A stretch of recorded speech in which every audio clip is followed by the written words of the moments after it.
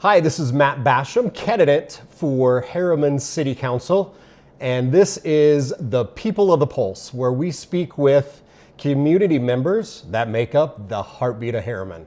And today we are talking with Darrell Robinson. Darrell, thank you so much for joining us on this episode 4. Thanks for the invite, an early invite too. That's I know. Awesome. What an honor. I am certainly happy to talk to you about your community impact, which is huge in this area. First of all, tell us a little bit about yourself. Wow, I was born and raised in the Murray Holiday area, went to Cottonwood High. My next door neighbor, interesting enough, is a kid named Chris Hunter. He lives in our area. They were building a house in Herriman, from Murray to Herriman back in my day when I was going to school.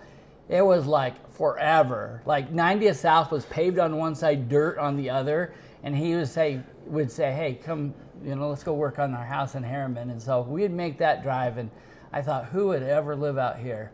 And I had no idea that I would be raising my family here in Herriman years later. So what attracted you to bring your family here to Herriman? Probably God. I mean, it's interesting as you listen to different people's stories. It just seems like he inspires people to move at certain times. So at the time I was teaching seminary at Riverton High School. We were building Herriman High School. And I was like the president of the Utah Lacrosse Association. I ran lacrosse in the whole state of Utah, and I was coaching girls teams, and I had some students come to me and say, hey, would you start Herriman's lacrosse program? So I thought about it a little bit, and I said, yeah, I've heard of Herriman. I hadn't been out here for a long, long time. And so I came out and I started that program. We recruited 150 girls the first year to play for us. The boys team was just as strong, and that got us out here. I drove through those crazy streets, and I don't know who planned this, but when Brigham Young did north to south, east, west downtown, it would have been a lot easier. But It's got to keep that all the way down the valley. Now I have it figured out for the most part. It's not too bad to drive around here, but we loved it so much, and the people out here, it just inspired us to make this our home. So once you made it out here and you kind of settled in and into the community, what did you find most satisfying or most kind of inspiring, or you're like, this was a good choice? What were some of those things? Well, the people for sure. Like, it's been interesting to listen to every podcast that you've had so far. Everyone's saying the people, and the people for sure is it. But I do like the quietness. Now, the city's grown probably 3 times since I've moved in, but it's still like the end of the valley. And it's, to still be able to live in the valley and have, the simpleness that we do. It's still a little bit of a drive to a store. It's a little bit of a drive to get to places, which really makes it kind of nice for us. All right. Yeah. For the 2 people that might be watching this episode that do not know that you are a board member of the Jordan School District, you are. I am. So considering that, share maybe some information that the community should be aware of things that are maybe kind of coming down the pipe here in the near future. As far as the Jordan School District Yes, goes. I've been on the school board for 9 years. I really am grateful that everyone is allowing me to be their voice on the Jordan School Board. I really came in with an idea. I wanted to rethink education. I knew that education in the 21st century is going to be different than what we've done in the past, in the 19th century. And so things were going to change. We needed to be in a position to be able to change and personalize education. Every kid learns different. Every kid needs a different choice. And so I have really literally witnessed us move into the 21st century. COVID helped us do a lot of that when we were able to do what I worked on my doctorate with, being able to function online with face-to-face. We call that blended learning. We did a lot of that. We have students that are at our online high school and also at our face-to-face high school doing classes both ways. Some of our homeschool people are taking classes on our online program. So a choice in education was the big reason I got in, and boy, we're just seeing an explosion of where that's gone. Where have you seen with the additional choices that COVID kind of forced really upon the education system with maybe online learning or some ways that of teaching children that were out of the box because of the situation? Talk a little bit about how some of those things that came about maybe have helped a segment of the student population a little bit? One of the things people might not be understanding is Jordan School District is very innovative, and we're very quick to make adjustments. When COVID settled in, most kids disappeared.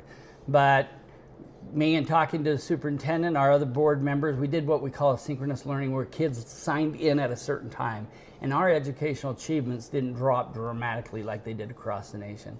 So we have been very good at innovative quickly with things. I just got back from a conference, and it talked about instructional technology and curriculum design, and the talk was all Jordan.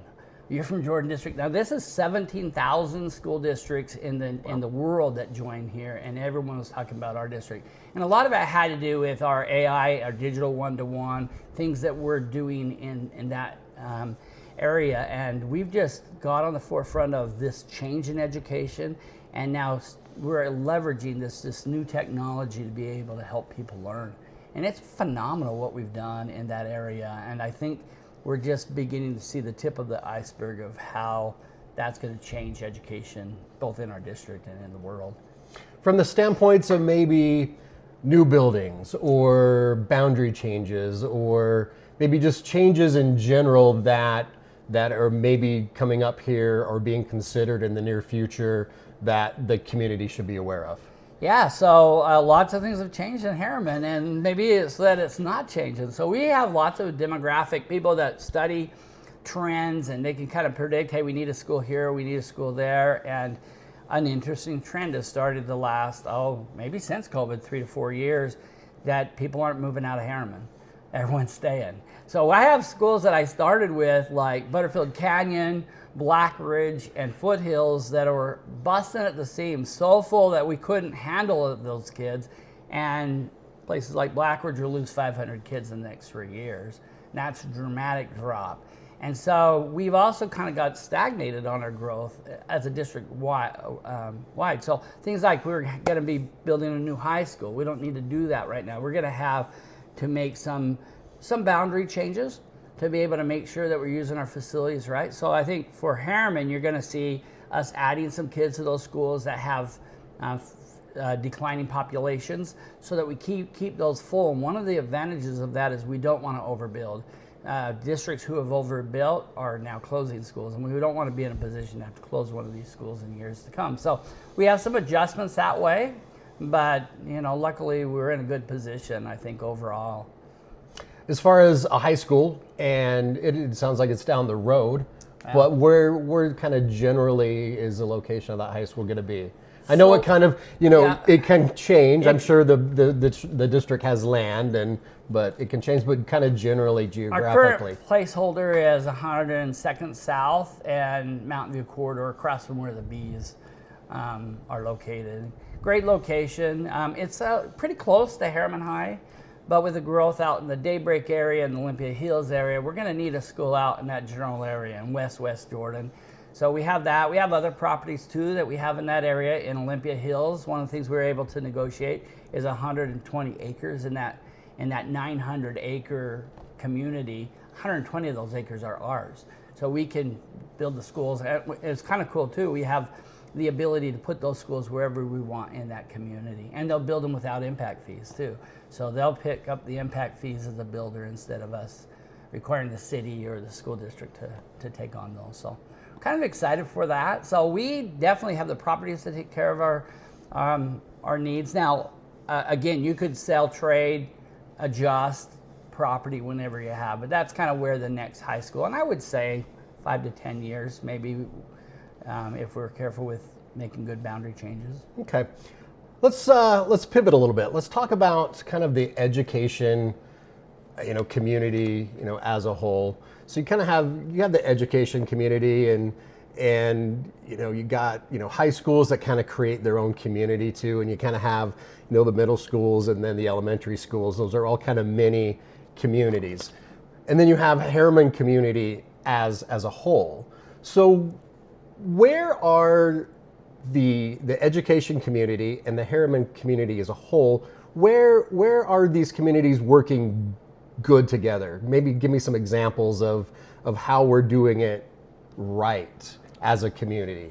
Yeah, so one of the interesting things we have in the middle of our community, if you look at schools, is you have a city boundary too that's crazy. I don't know who drew up the West Riverton and Herriman boundary, but that's kind of crazy. And so one of the things is we need to share with not only the school district and the city, but also city to city and so forth. Yeah. And so there is a great synergy. One of the things that Herriman really put together was an education council.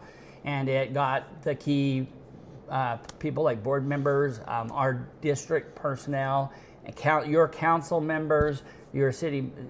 Sometimes the mayor will come, sometimes not. He assigns people, and your transportation people. And we all get in a room on a quarterly basis, sometimes more, and just talk about our needs. And so some of the things that we're able to do, if you notice that out at Mountain Ridge High School, we have some new traffic signals in there. We realigned a exit there out of Mountain View High School, Mountain Ridge, sorry.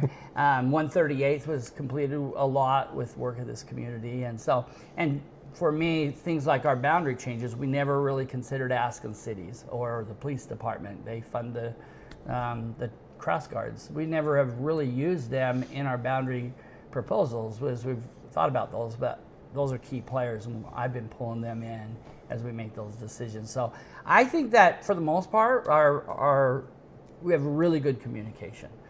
We obviously drop the ball from time to time and don't realize our plates are so filled. So that's why I've tried to have a good relationship with all the people in our city, because I want to let them know, hey, something's coming, and I hope that they'll do the same with me. It's just so important that we're on the same team. Any thoughts on maybe where these two communities can be a little bit better?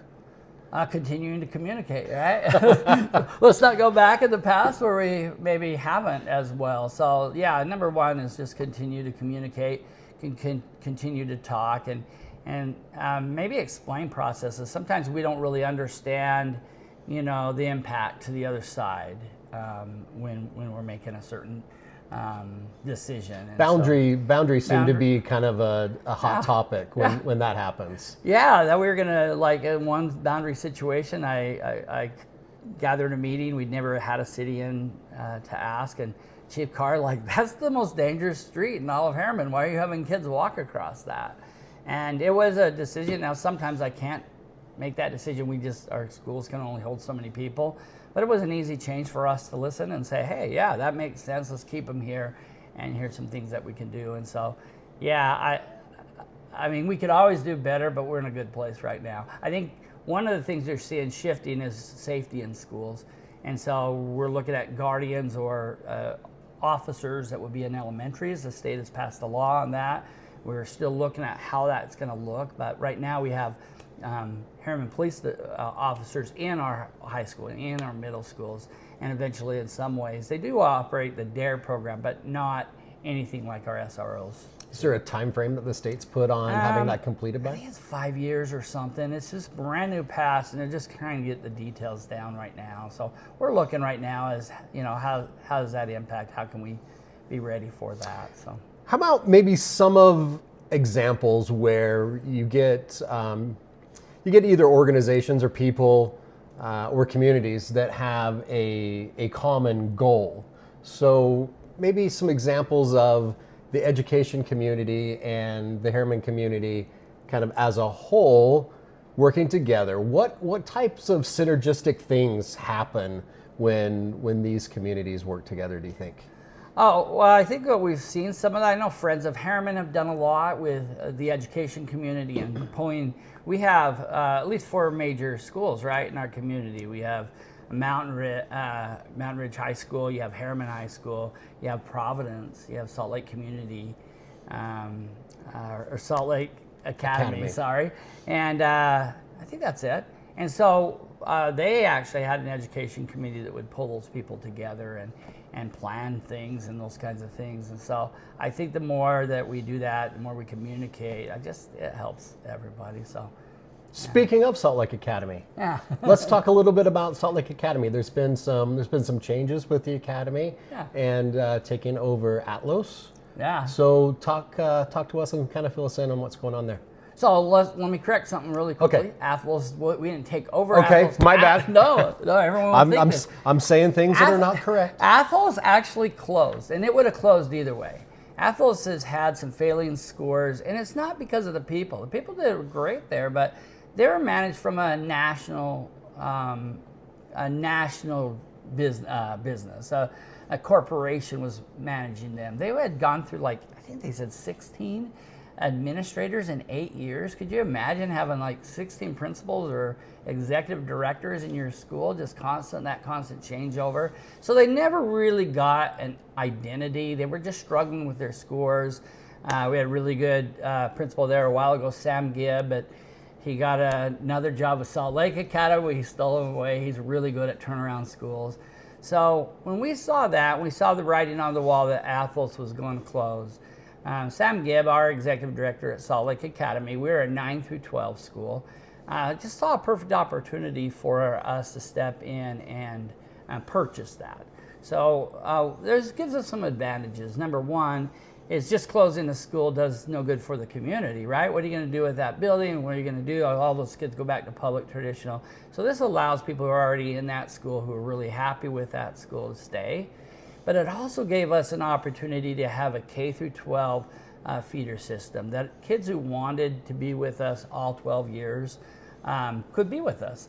And so they could join very young. We have kids already who are super excited, have signed up. We've already seen our numbers raised because they want to be part of the soccer academy later anyways.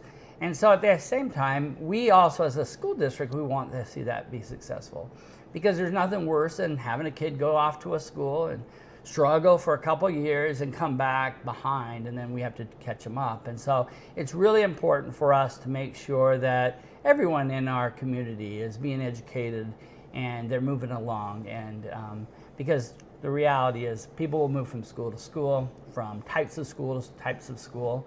And so how do we work together to make sure that's successful? So it really was great for us to be able to, timing was great. I was one of the original founder members of Salt Lake Academy, so it really was exciting for me to see the growth.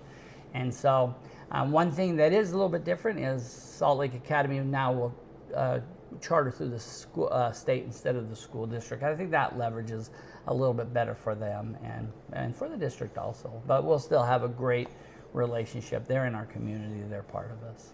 So on the, I guess, the old Athlos campus, will be kindergarten through 8th grade roughly. Okay. So we'll call that our West Campus. And so we are moving some of our sports, have better sports facilities, like our volleyball program, for instance. Their facility is a little bit better to house that. So we'll bring some of our high school athletics down there. But for the most part, K through 8, we'll have a principal there that was with us at our high school. So the synergy there will be very well.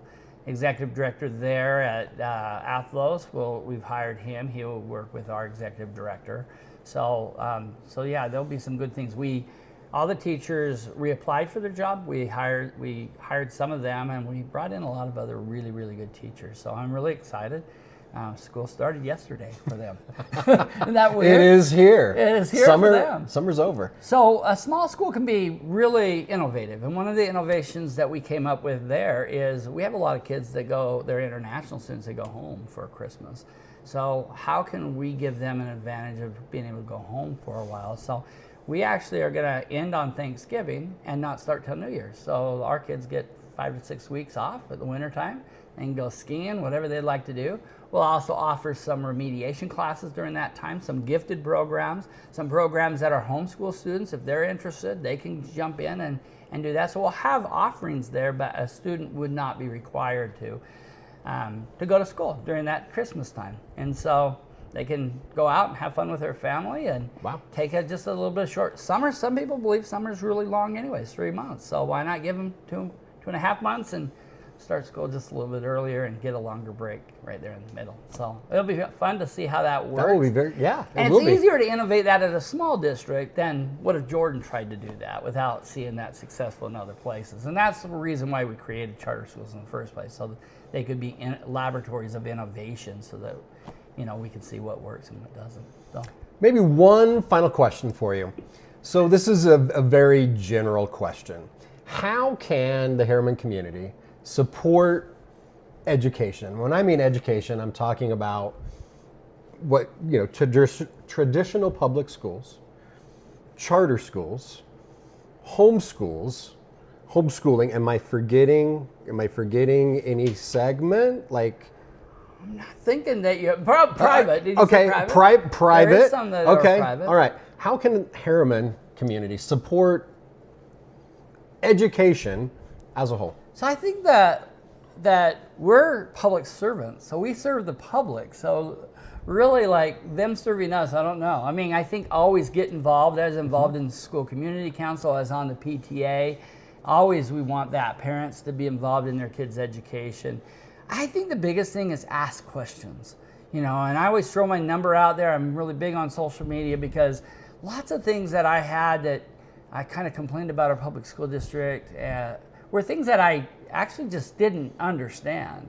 And when I started to understand those, it was easier to say, you know what, we have one of the best education systems. USA Today just ranked us 11th in the nation, and we're the lowest in spending in education. So we have some people who are taking just a little and doing a whole lot with it and doing some great things. So I think when you have a question, you just call me up. I'll come talk to you, whatever. Ask your school principal, ask your PTA or school community council, hey, I got this question. I think the community, when they understand just what they have, I think that they'll realize that they've settled into an area that has a really good education system, and that's always great for all of us, right? Fantastic information. They're our future, these kids. So how do we get a hold of you? 801-699-8017. Dr. Darrell Robinson at gmail.com. Their district one is darrell.robinson@jordandistrict.org. Ask a friend. They all have my name, and they could call you. And they could probably call me, and I could maybe disseminate that information. But I'll stop by. I'll talk to you, no matter what question you have or what problem, because there is going to be problems from time to time. Something's going to happen. And the more I know about that, the more I can get you the help that you need. So. Any final thoughts? I just love this community. And good luck to you. I know how hard it is to run a campaign. Thank you. It's like a roller coaster.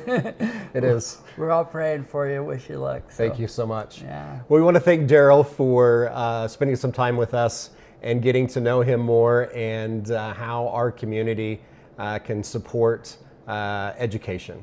So thank you, Darrell. Thank you. You are definitely a big part of the heartbeat of Herriman. Love Herriman. All right, so join us next week for our next episode. Until then, appreciate you guys watching. Thank you so much.